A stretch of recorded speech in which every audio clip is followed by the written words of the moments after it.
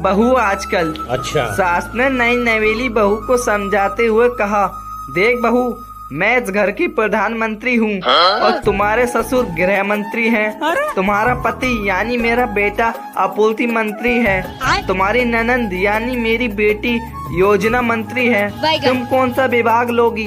बहू, माँ जी, मैं तो बेपछमर रहूंगी और आपकी सरकार नहीं चलने दूंगी। एक आदमी ने होली पर बहुत शराब पी रखी थी और छत पर नाच रहा था।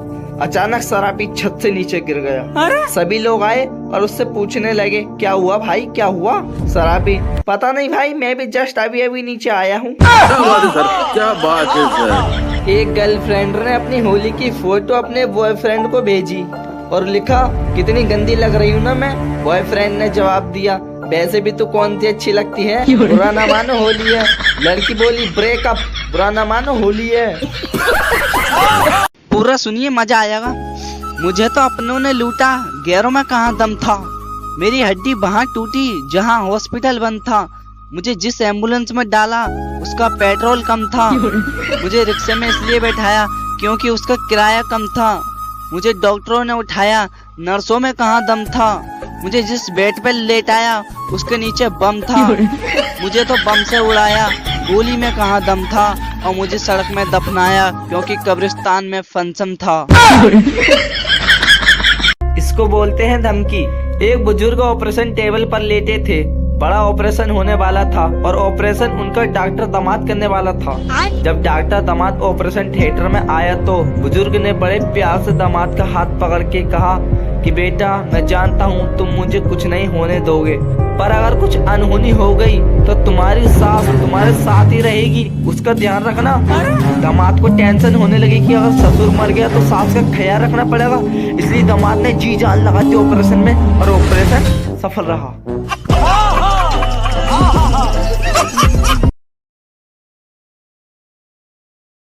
एक आदमी ने होली पर बहुत शराब पी रखी थी और छत पर नाच रहा था।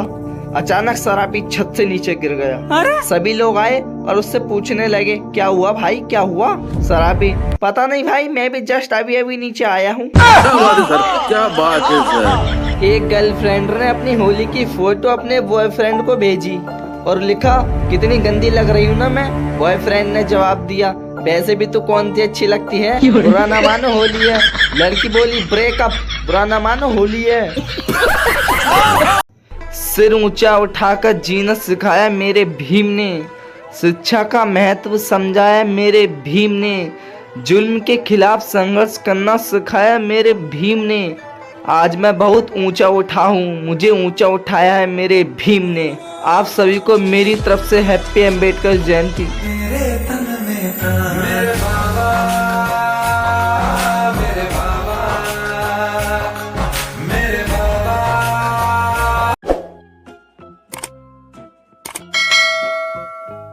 मैं जब अपने दोस्त को फोन करता हूँ, यार चल घूमने चलते हैं, मेरा दोस्त, पैसे नहीं है। चल कहीं बाहर खाना खाते हैं, पैसे नहीं है।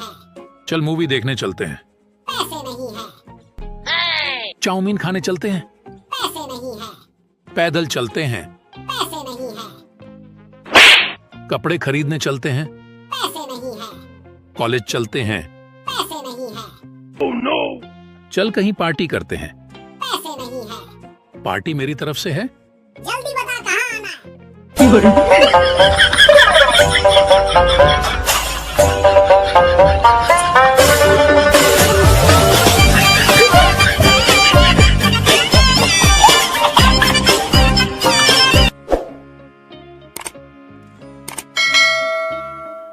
मुख्यमंत्री लोगों की समस्या सुन रहे थे। सीएम, कितने बच्चे हैं आपके? व्यक्ति, मेरे 4 लड़के हैं। सीएम, क्या करते हैं?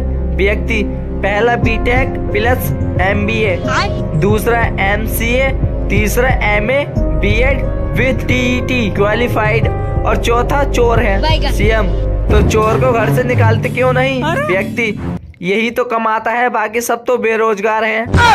ये फंस गया सीएम। एक आदमी बहुत शराब पीता था, डेली शराब पीता था। उसकी पत्नी बोली, तुम शराब में पैसे बहुत बर्बाद करते हो, अब बंद करो पीना। हस्बैंड, और तुम जो ब्यूटी पार्लर में 10,000 का कबाड़ा करके आती हो उसका क्या? वाइफ, वो तो मैं तुम्हें सुंदर लगूं इसलिए करके आती हूँ। हस्बैंड, पगली, तो मैं भी तो इसलिए पीता हूँ कि तू मुझे सुंदर लगे। वाइफ बेहोश।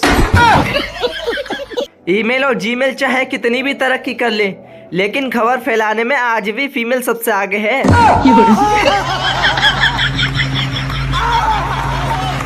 इसको बोलते हैं धमकी। एक बुजुर्ग ऑपरेशन टेबल पर लेटे थे। बड़ा ऑपरेशन होने वाला था और ऑपरेशन उनका डॉक्टर दामाद करने वाला था। जब डॉक्टर दामाद ऑपरेशन थिएटर में आया तो बुजुर्ग ने बड़े प्यार से दामाद का हाथ पकड़ के कहा कि बेटा, मैं जानता हूँ तुम मुझे कुछ नहीं होने दोगे, पर अगर कुछ अनहोनी हो गई तो तुम्हारी सास तुम्हारे साथ ही रहेगी, उसका ध्यान रखना। दामाद को टेंशन होने लगी कि अगर ससुर मर गया तो सास का ख्याल रखना पड़ेगा, इसलिए दामाद ने जी जान लगा दी ऑपरेशन में और ऑपरेशन सफल रहा।